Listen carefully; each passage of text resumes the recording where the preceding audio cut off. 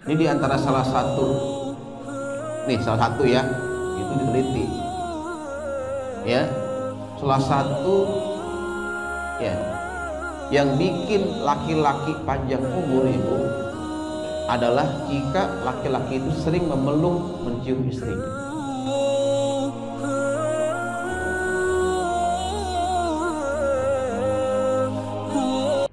Bismillahirrahmanirrahim. Assalamualaikum warahmatullahi wabarakatuh. Alhamdulillahi wa kafa, wassalatu wassalam ala sayyidina Muhammadin nabiyil mustafa wa ala alihi wa sahbihi ahli syidki wal wafa, amma ba'du. Faqala ta'ala fi kitabihil karim wa huwa asdaqul qailin, a'udzu billahi minasy syaithanir rajim, wakhfid janahaka lil mu'minin. Wa qala aidan man qala nafsan bighairi nafsin aw bil adli fa ka'annama qulnas jami'a. Jemaah semuliakan, alhamdulillah kita bersyukur kepada Allah Subhanahu wa taala di malam hari ini kita dipertemukan di masjid yang mulia ini. Tak lain yang kita harapkan adalah ibtigo amrdotillah, agar Allah ridho kepada kita. Semoga amaliyah kita, seluruh ibadah yang kita lakukan ini diterima oleh Allah Subhanahu wa taala, dan semoga kita bisa istiqomah untuk terus bisa menjaga amal-amal baik ini sampai napas terakhir kita. Amin ya rabbal alamin. Saya minta air hangat ya. Leher saya ini agak kering. Tadi rakaat kedua itu tiba-tiba pita suara saya itu kayak hilang begitu. Maaf ya, merepotkan jamaah. Materi kita pada kesempatan malam hari ini masuk bab yang ke-27. Makasih Pak. Izin ya, minum dulu. Bismillahirrahmanirrahim.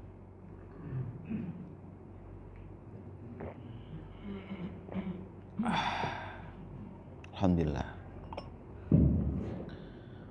Bab ta'zimu hurmatil muslimin wa bayanu hukukihim wa syafaqati alaihim wa rahmatihim. Di sini kita akan mengkaji bab tentang menghormati ya, perintah untuk menjunjung tinggi kehormatan kaum muslimin dan menjelaskan hak-hak ya, kaum muslimin, dan perintah untuk ya, menyayangi orang-orang ya, yang muslim ya, menyayangi sesama muslim. Bismillahirrahmanirrahim. Man qatala nafsan bighairi nafsin aw fasadin fil ardi faka'annama qatalan nasa jami'a wa man ahyaha faka'annama ahyan nasa jami'a. Al-Maidah 32. Barang siapa yang membunuh satu jiwa, satu orang tanpa kesalahan, atau melakukan kerusakan di muka bumi, maka seolah-olah dia telah membunuh seluruh manusia. Di satu orang aja yang dibunuh ya, tanpa ya, sebab ya, tanpa kesalahan, bukan karena dia membunuh atau bukan karena dia melakukan kerusakan di muka bumi, maka seolah-olah dia telah membunuh seluruh manusia. Wa man ahyaha faka'annama ahyan nasa jami'a. Dan barang siapa yang menjaga kehidupan mereka. Maka seolah-olah dia telah menghidupkan, menjaga kehidupan manusia seluruhnya. Di saking berharganya nyawa manusia, satu orang yang dibunuh itu dosanya kita seperti membunuh semua manusia. Apalagi yang dibunuh itu lebih dari satu. Kita saksikan kemarin itu pas semalam, jadi supporter itu Arema ya, Arema Persebaya. Bagaimana kalau itu anak kita 127 lebih meninggal dunia, bayangin itu. Ini luar biasa, Pak.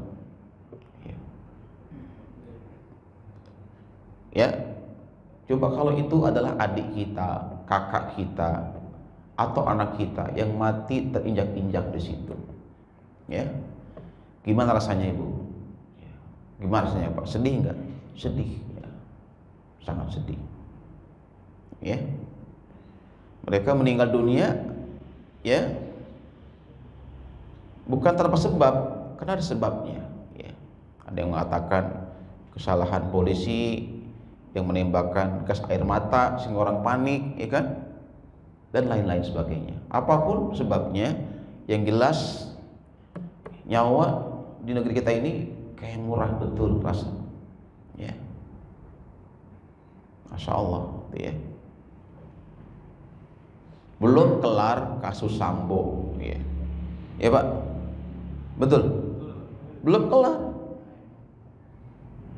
udah lagi tragedi. Bukan satu orang, ratusan orang yang terbunuh. Ini patut kita prihatin dengan kondisi saat ini. Nah, jamaah semuliakan, orang yang beriman itu orang yang begitu menjaga, nggak hanya jangankan nyawa, bahkan kita disuruh menjaga kehormatan, menjaga kemuliaan orang-orang beriman. Karena dalam Islam nggak cukup kita itu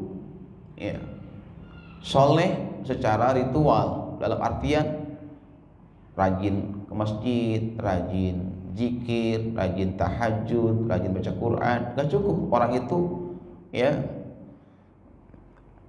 hanya baik di mata Allah dengan melaksanakan ibadah ritual saja. Lebih dari itu, kita diperintahkan oleh Allah dan Rasulnya bagaimana juga kita harus memiliki kesolehan sosial dalam bentuk menyayangi orang beriman, mengasihi orang-orang beriman. Bukan hanya manusia yang dikasihi, bahkan disuruh kita mengasihi makhluk yang lain, termasuk hewan atau binatang. Maka di sini Nabi kita Muhammad SAW bersabda memberikan perumpamaan kepada kita tentang orang-orang beriman dalam hal saling menyayangi, saling mencintai seperti apa. Anin Nu'man ibni Bashir qala Rasulullah sallallahu alaihi wasallam masalul mu'minina fi tawadihim wa tarahumihim wa ta'atufihim. Perumpamaan orang beriman, Nabi kasih perumpamaan supaya kita itu mudah memahaminya. Di Nabi itu sering menggunakan kata-kata amsal. Quran juga banyak menggunakan amsal, perumpamaan. Jadi cara Allah menyampaikan pesannya kepada manusia itu menggunakan permisalan, perumpamaan. Sama halnya Rasulullah pun ketika menyampaikan sabda-sabdanya menggunakan perumpamaan. Ya. Di Quran misalnya Allah mengumpamakan orang mukmin seperti lebah. Ya. Lebah itu kan ya binatang yang nggak pernah merusak. Ya. Meskipun dia hinggap di banyak pohon tapi nggak merusak. Artinya orang beriman tuh bukan orang yang suka ngerusak. Gitu. Lebah itu banyak memberi manfaat. Ya. Orang beriman tuh kayak begitu, mesti banyak manfaat buat orang lain. Lebah itu hanya konsumsi yang baik-baik. Begitulah orang beriman, dia hanya makan yang baik-baik. Ya, lebah itu nggak menikmati hasil kerjanya. Dia berpuluh-puluh ya, pohon, ribuan bunga yang dikunjungin hanya untuk mengambil ya, sarinya, madunya udah kumpul, bukan dia yang menikmatin, tapi orang lain. Orang beriman kayak begitu. Dia rela menghabiskan energinya, waktunya untuk orang lain. Yang penting orang lain bahagia, dia nggak apa-apa menderita. Nah itu Allah mengumpamakan orang beriman seperti lebah. Nah namun Nabi kita di sini mengumpamakan orang mukmin itu dalam hal mereka saling mencintai. Perumpamaan orang beriman dalam hal saling mencintai, saling menyayangi, saling mengasihi, itu seperti jasad, seperti jasad. Idza saka minhu udwun tada'a lahu. Ya, apabila salah satu anggota tubuh itu sakit, ya, maka yang lain akan merasakan sakitnya. Ya, seluruh tubuhnya akan merasakan penderitaannya. Bis sahari, ya, bahkan sampai tidak enak tidur, wal humma, dan demam. Muttafaqun alaih. Hadis ini sahih, muttafaqun alaih. Di Nabi itu mengumpamakan perumpamaan orang-orang mukmin itu dalam hal mereka itu berinteraksi sama orang-orang beriman yang lainnya, dalam hal mereka saling mencintai, menyayangi, saling mengasihi, itu diumpamakan seperti satu tubuh. Ya, satu tubuh. Jadi kalau tubuh kita sakit, ya, satu aja yang sakit, yang lain akan merasakan sakit. Gigi yang sakit, coba gigi sakit, dan bolong, sakit, udah gitu bolong. Maka yang merintih itu siapa, Bu? Yang merintih gigi apa mulutnya? Merintih, mulutnya merintih. Terus badannya demam nggak tuh? Demam. Palanya pening nggak? Pening. Yang sakit gigi, tapi yang pening kepala. Yang merintih mulut. Yang keluar air, yang berair, air mata. Ya, itu perumpamaan orang beriman. Kalau ada orang beriman yang lain itu merasakan ya, sedang kesulitan, ya, sedang mengalami penderitaan, mengalami kesulitan, dia pun akan merasakan yaitu. Makanya orang mukmin itu bukan hanya merasa pintar, tapi juga pintar merasa. Nah ini Pak. Ya.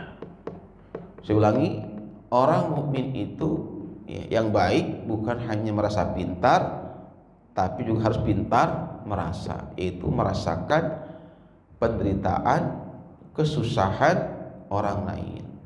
Ya. Nah, jemaah semuliakan, hari ini kita menyaksikan sesama anak bangsa saling bermusuhan, ya, saling ya, dengki mendengki, saling curiga, bahkan saling gontok-gontokan, bahkan saling membunuh. Nauzubillah min dzalik. Kenapa? Karena ya ukhuwah itu ya hanya retorika, ya, nggak dipraktekkan dalam kehidupan nyata. Itu terjadi. Ya. Nah, mudah-mudahan ya materi ini akan membuat kita ya lebih ya, menguatkan ya, ikatan ukhuwah minimal di jamaah masjid ini, di Masjid Al-Muttaqin ini. Mudah-mudahan ya ada suasana ukhuwah Islamiyah yang baik ya. Amin. Ada suasana saling tolong menolong, saling bantu membantu, saling sayang menyayangi, saling mengasihi selama jamaah ya. Enggak ada apa namanya saling dengki mendengki. Nauzubillah min dzalik. Kemudian hadis yang lain Rasulullah bersabda dari Abi Musa, qala Rasulullah sallallahu al mu'minu lil mu'mini kal bunyan yasuddu ba'duhu ba'don. Orang mukmin itu dengan mukmin lainnya Nabi umpamakan seperti bangunan yang saling menguatkan antara satu bagian yang lain. Seperti bangunan, di bangunan nih masjid nih. Ada orang mukmin itu ya yang dia itu fungsinya sebagai pondasi di bawah adanya. Ada yang sebagai atap, ada yang sebagai jendela, ada yang sebagai apa namanya plafon. Ya. Masing-masing punya peranan, saling menguatkan. Coba deh. Ini kalau seandainya semua merasa paling berjasa, besi misalnya, besi itu kan di sini buat pondasi, di tiang dia menguatkan. Besi, ya. Ada orang beriman itu jadi besi di sini, ya, fungsinya di bangunan menguatkan dia, fungsinya menguatkan, ya. Tapi dia nggak mau menonjolkan dirinya kan. Besi itu meskipun dia dicor, di bawah dicor, sini dicor, ya. Tapi dia nggak mau menonjolkan dirinya. Kalau nonjol tuh besi keluar, kira-kira rusak nggak tuh? Rusak pak. Sama halnya kita di sini dalam sebuah ya, hubungan ya, di jamaah ini, meskipun sangat kuat kita di sini kayak besi gitu ya, tapi kita nggak boleh merasa paling hebat dan menonjolkan diri kita bahwa kitalah yang paling berjasa di sini. Ya, itu perumpamaannya. Bahwa kita sebagai orang beriman itu meskipun kita di sini paling banyak ya, infaknya di masjid ini, ya, paling besar jasanya di sini, jangan pernah kita menonjolkan diri. Ya. Jangan kita merasa ya paling segalanya. Kenapa? Karena orang mukmin itu satu dengan lainnya seperti bangunan yang saling menguatkan, gitu pak. Yang di atas tuh kehujanan, kepanasan, ya. Apakah dia itu ngeluh ya, sama lantai? Kata atap enak, lantai enak banget tuh ya di bawah. Gua nih kehujanan, kepanasan. Kata atap, kata si atap, tiap hari gua kepanasan, kehujanan. Lantai lo enak banget di bawah, ya. Dahal di bawah lantai enak aja, gua tiap hari injek-injek, tahu nggak? Begitu. Ya, betul? Ya. Terus dia ngomong lagi, lantai lo enak, injek-injek gua nih tiang, nahanin beban di atas, emang enak nih, gitu. Ya, jadi nggak boleh kita itu, ya, saling menyalahkan di sini. Semuanya memiliki peranan.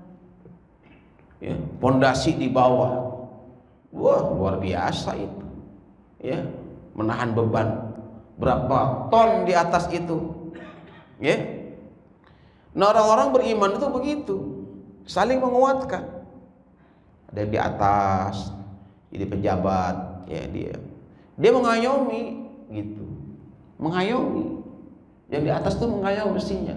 Kalau ada orang beriman, teman kita yang di atas itu seperti atap, dia melindungi, mengayomi orang-orang beriman. Begitu, harusnya begitu. Ya. Nah, jamaah semuliakan, kemudian hadis yang lain Nabi kita bersabda di hadis yang ketiganya, an Abi Hurairah qala qabbalan nabiyyu Al Hasan bin Ali radhiyallahu anhuma wa indahul Aqra bin Habis. Dari Abi Hurairah dia berkata, Nabi mencium Hasan bin Ali. Siapa ini? Cucunya ya. Cucu Nabi kan ada yang namanya Hasan, ada yang namanya Husain. Dua cucu Nabi ini merupakan pemimpin, ya, pemimpin nanti di surga, pemimpin para, ya, kaum muda di surga, Hasan dan Husain, cucu kesayangan Rasulullah. Dua-duanya meninggal dibunuh. Hasan meninggal diracun, Husain meninggal dipenggal kepalanya di Karbala oleh Samr, ya. Jadi dua cucu Nabi ini meninggal dibunuh, ya sekalian. Dan ini adalah kesayangan Rasulullah. Nabi mencium si Hasan bin Ali, ya. Dan di dekatnya ada sahabat bernama Aqra bin Habis. Di saat Nabi mencium Hasan, di dekatnya itu, di dekat Nabi ada sahabat namanya Aqra bin Habis. Qala al-Aqra, berkatalah si Aqra, inna li asratan minal waladi ma qabbaltu minhum ahadan. Rasulullah, sesungguhnya aku memiliki 10 anak. Hebat nih ya sahabat nih Aqra. Berapa anaknya Pak? 10. Dari berapa istri? Hah? Ya, sahabat itu istrinya jarang yang satu ya, rata-rata lebih dari satu, ya. Nah, Aqra ini, ya Rasulullah, aku memiliki 10 anak. Ma qabbaltu minhum, satu pun nggak ada yang pernah aku cium. Bayangin Pak, punya 10 anak, satu pun nggak ada yang dicium. Jujur banget nih dia di depan Nabi, ya, jujur banget dia. Sahabat tuh jujur.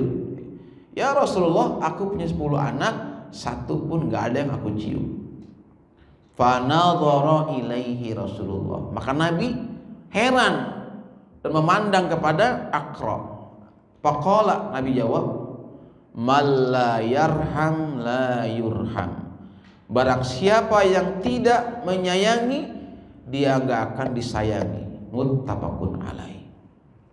Jadi Pak, ciri bahwa orang itu penyayang, suka mencium, ya. Ciri, ya, suami yang sayang sama istri suka cium istrinya. Coba hitung berapa kali cium istrinya dalam sehari.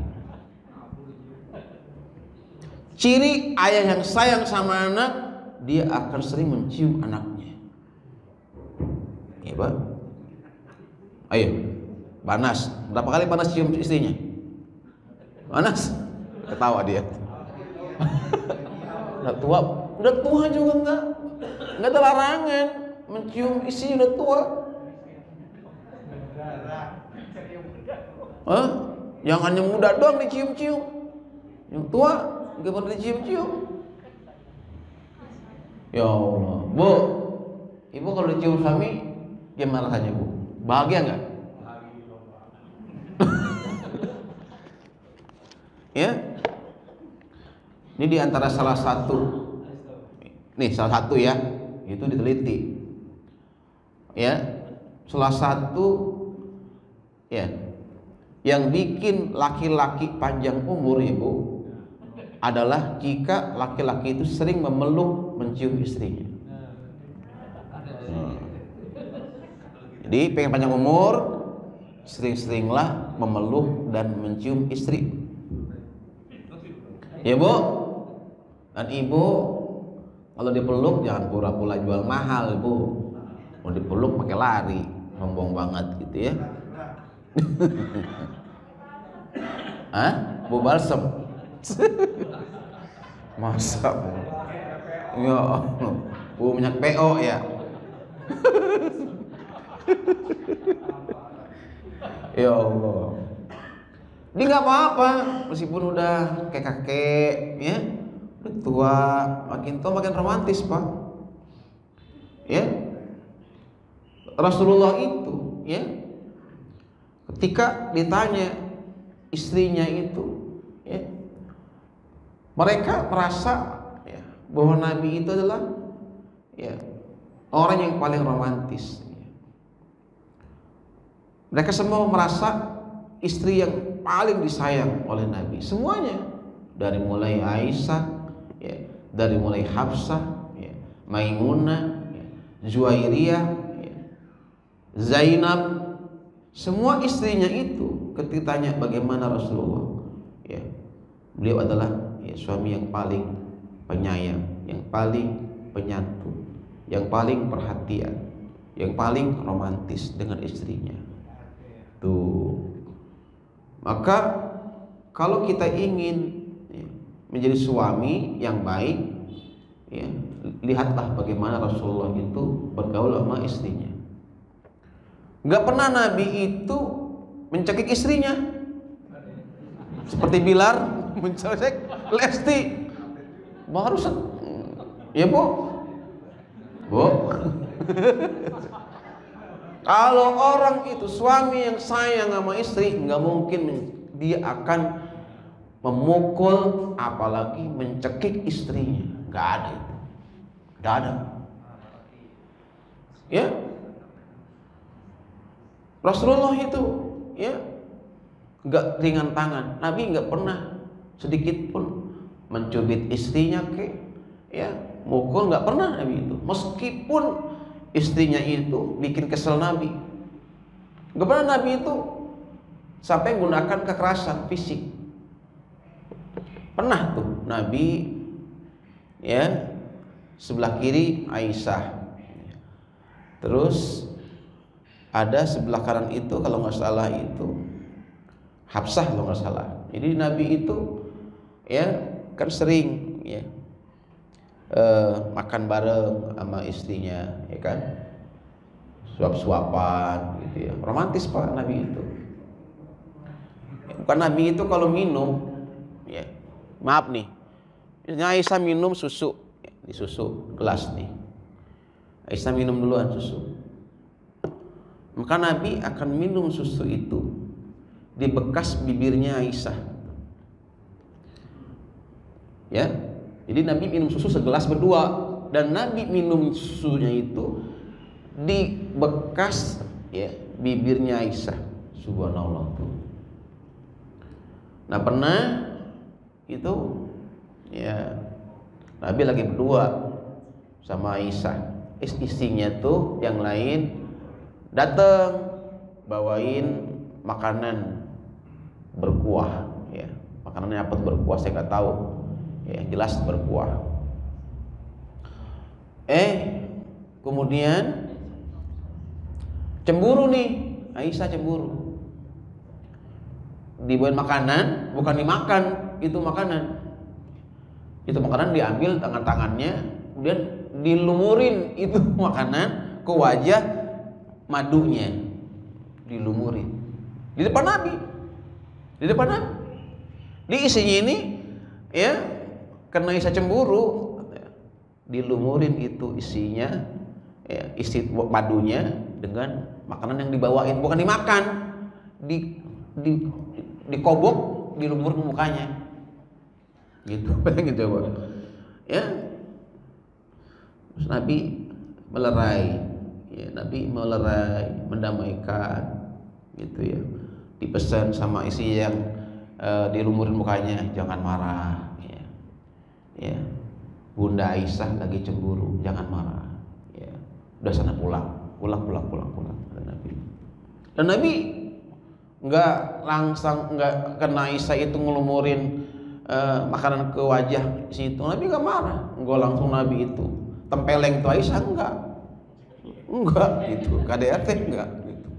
Kamu nih nggak terima kasih, dibawain makanan buatnya bersyukur, dimakan malah dikasih, malah dilumuri muka orang. Enggak, Nabi nggak bilang gitu. Nabi hanya senyum-senyum aja dia. Tersenyum Rasulullah, ya. Nah ini ya akhlak Rasulullah.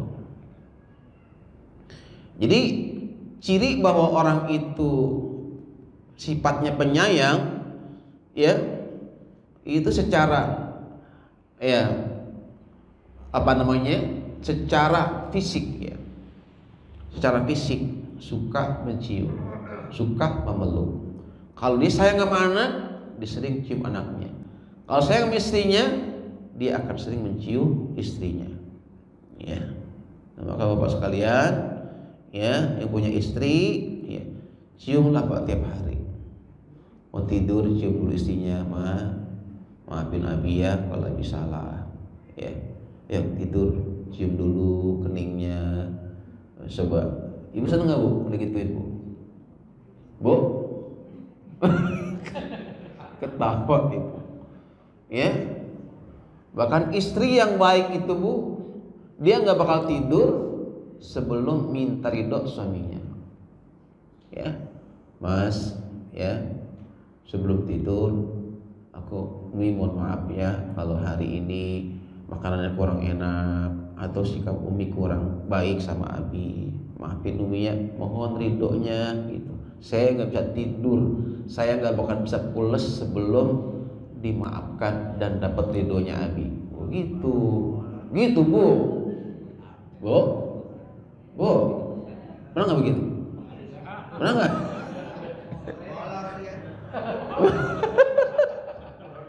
Ya Allah.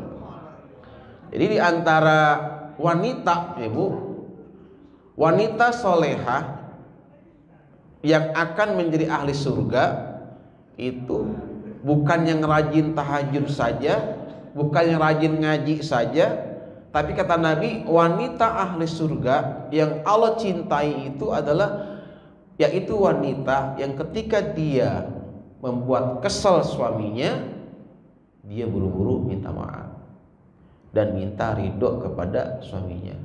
Dia bilang, Mas, saya gak akan bisa tidur sebelum Mas maafin saya dan sebelum Mas ridho sama saya gak akan bisa tidur. Nah, begitu. Itulah wanita ahli surga. Ciri-cirinya yang sering minta maaf sama suaminya. Gitu. Nah, mudah-mudahan nih istri para jamaah adalah istri yang solehah, yang sering minta maaf sama suaminya, ya. Baik, lanjut ya, lanjut. Wa an Aisyah, nah dari Aisyah nih, ya. Qalat qadima nasun al-a'rabi ala Rasulillah. Faqalu atukabbiluna sibyanakum? Faqalu na'am. Qalu lakinna wallahi ma nuqabbilu. Dari Aisyah, dia berkata, datang, ya, rombongan manusia dari Arab, ya, dari pedalaman Arab, ya, dari kampung pelosok kepada Rasulullah. Faqalu, dan mereka ini nanya, ya, nanya nih sama Nabi, ya Rasulullah, apakah engkau mencium anak-anak kalian? Ya Rasulullah, apakah engkau mencium anak-anak kalian? Qalu, Nabi jawab, na'am. Ya, iya, aku menciumnya. Qalu, mereka bertanya, berkata, lakinna wallahi, tapi kami demi Allah tidak mencium mereka. Jadi ini bayangin ini orang satu rombongan datang sama Nabi hanya ingin konfirmasi gitu. Ya Rasulullah, apakah kau menciumi anak-anakmu? Ya. Nabi jawab, iya, saya cium anak saya. Ya. Dan mereka dengan jujur berkata, demi Allah, pakai sumpah tuh, demi Allah, kami nggak pernah mencium anak-anak kami. Nabi lantas menjawab, qala Rasulullah, au amlik in kana Allahu naz'a min qulubikum rahmah. Ya. Kata Nabi, ya Allah, celaka. Ya. Gimana nanti seandainya Allah mencabut dari hati kalian sifat rahmah, sifat sayang, gitu ya. Dan Nabi sampai ancam, ya Allah, apa segitunya gitu kalian tuh, parah nih gitu ya, kalian tuh parah bener gitu. Gimana seandainya nanti Allah cabut tuh sifat sayang dari hati kalian, ya gitu. Nanti Nabi mengajari ini kepada kita, ya, jangan sampai kita seperti itu. Ya, punya anak, ya, kita ya, sayang. Dan bahasa tubuh seorang ayah ketika menyayangi anaknya adalah dengan menciumnya. Dicium Pak, ya, dicium, dipeluk, ya, begitu. Itu bahasa tubuh seorang ayah mencium anaknya adalah bahasa tubuh seorang ayah sayang sama anaknya itu dengan menciumnya. Dia usap-usap kepalanya, ya. Bukan hanya dikasih mainan yang mahal-mahal, makanan yang enak-enak, bukan cuma itu. Tapi lebih dari itu adalah perhatian, kasih sayang, ya. Karena gini Pak, kalau anak itu ya, dibesarkan ya, dengan jauh dari kasih sayang, ini akan mempengaruhi kejiwaannya, Pak. Mempengaruhi kejiwaannya.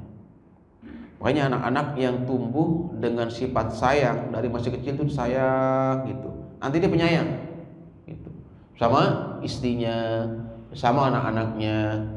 Tapi kalau anak itu sejak kecil dididik dengan kekerasan, sering dipukul, ya, sering dimaki-maki, ya, maka jangan heran kalau nanti anak kita udah besar, dia akan temperamental, dia akan sering mukul pasangannya, mukul istrinya, begitu, ya, pasti Pak.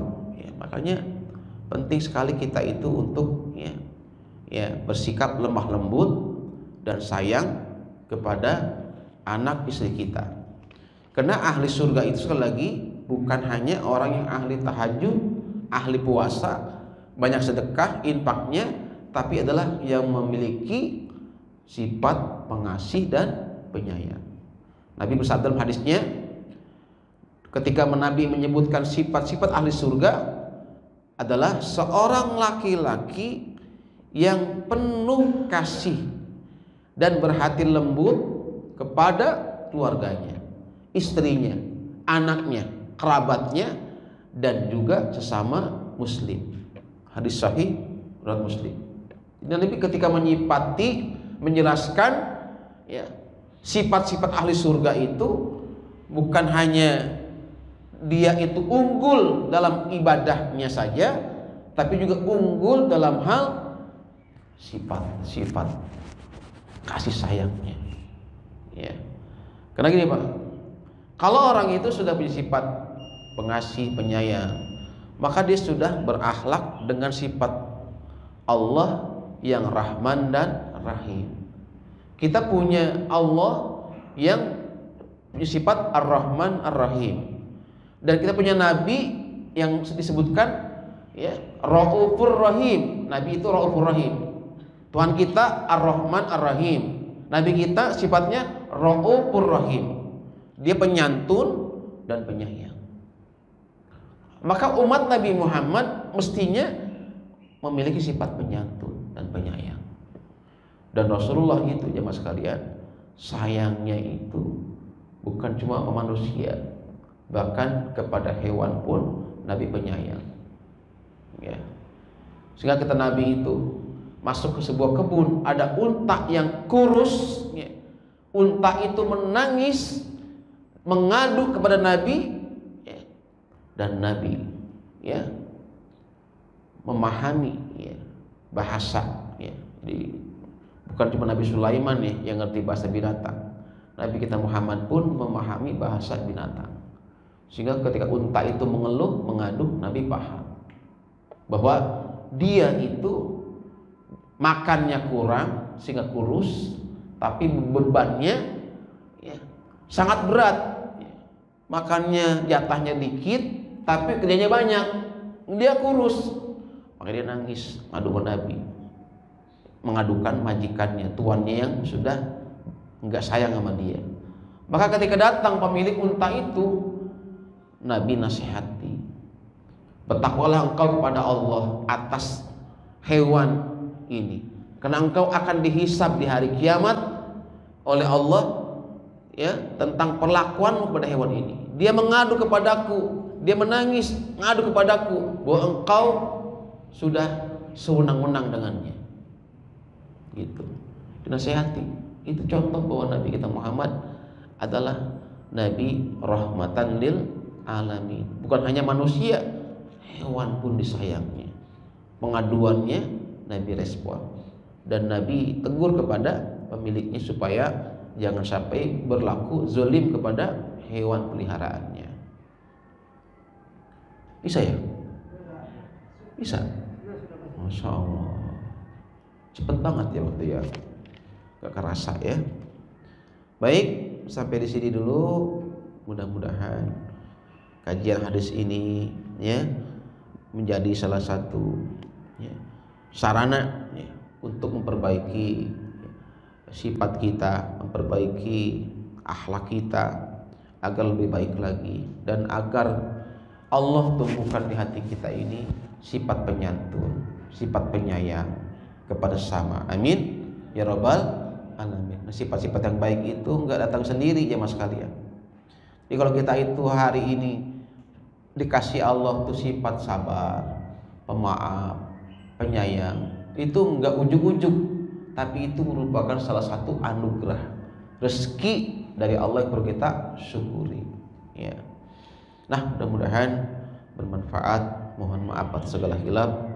Kita tutup dengan doa. Subhanaka Allahumma wa bihamdika asyhadu an la ilaha illa anta astaghfiruka wa atubu ilaik. Assalamualaikum warahmatullahi wabarakatuh.